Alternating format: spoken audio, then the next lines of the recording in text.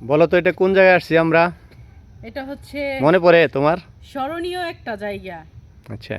এখানে যে গত মাসে না, হুম। গত মাসে কয় তারিখে জানো? 20 তারিখ। 23 তারিখে আমাদের 20 তারিখ। 20 তারিখে, গত হুম। মাসের 20 তারিখে এই জায়গাতে আমাদের সাথে বড় একটা দুর্ঘটনা ঘটতে পারত, কিন্তু আমরা আগে থেকে একটু সচেতন ছিলাম যে এই ঘটনাটা ঘটতে পারে, যার জন্য হচ্ছে আল্লাহ একটুর জন্য বাঁচাই দিছে আর কি। যাই হোক, আমরা এই জায়গাটার ভিতরে দেখেন এই জায়গাটা কেমন ভয়ঙ্কর। বাড়িঘর নাই, একদম ভয়ঙ্কর আবার সুন্দরও বটে। এই যে মুরের একটু সামনে এখানে আমরা তখন প্রায় রাত 12টার মতো বাজে আমরা আসছিলাম।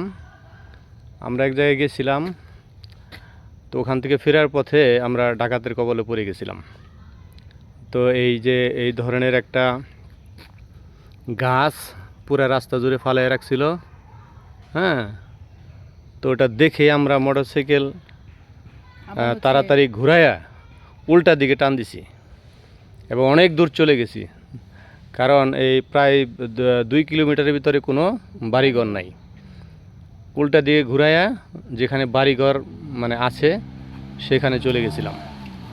ফলে আমাদের আল্লাহর রহমতে কোনো সমস্যা হয় নাই। সমস্যা হয় নাই, মানে আমাদের একটা ছিল যে এরকম একটা দুর্ঘটনা ঘটতে পারে, রাস্তায় এরকম একটা সমস্যা হইতে পারে, আমরা ডাকাতের কবলে পড়তে পারি। পরে হচ্ছে আমরা ওইভাবে আসছিলাম, যদি এরকম থাকে তাহলে ব্যাক করব। তাড়াতাড়ি করে হচ্ছে আমরা মোটরসাইকেল ঘুরাই আবার হচ্ছে উল্টা দিকে মানে চলে গেছি। যাই হোক, আল্লাহ তাআলা বাঁচাইছে। এইটা আর কি দেখাইলাম আপনাদেরকে যে কীরকম নির্জন একটা জায়গা। এরকম জায়গাতে আসতে হইলে মানে দিনে দিনে আসবেন, দিনে দিনে যাবেন। আমরা আসলে জীবনে কোনো দিন চিন্তাও করি নাই, যে মানুষের মুখে খালি শুনছি যে এরকম ঘটনা ঘটতে পারে, কিন্তু কখনো মানে নিজে বুঝতে পারি না যে আমাদের সাথে এত বড় দুর্ঘটনা ঘটবে।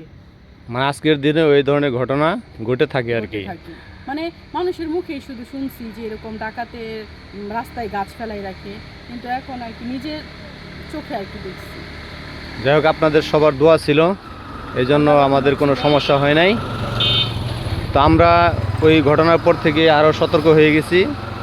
এদিকে আসলে আর এদিকে রাত করি না, আমরা মানে দিন থাকতে থাকতেই চলে যাই।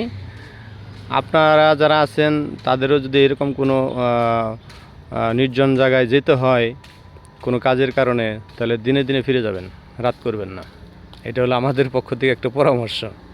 মানে শুধু শুনছি যে রাতে হচ্ছে রাস্তায় গাছপালাই রাখে, হ্যাঁ, নিজের চোখে কোনো সময় দেখা হয় নাই।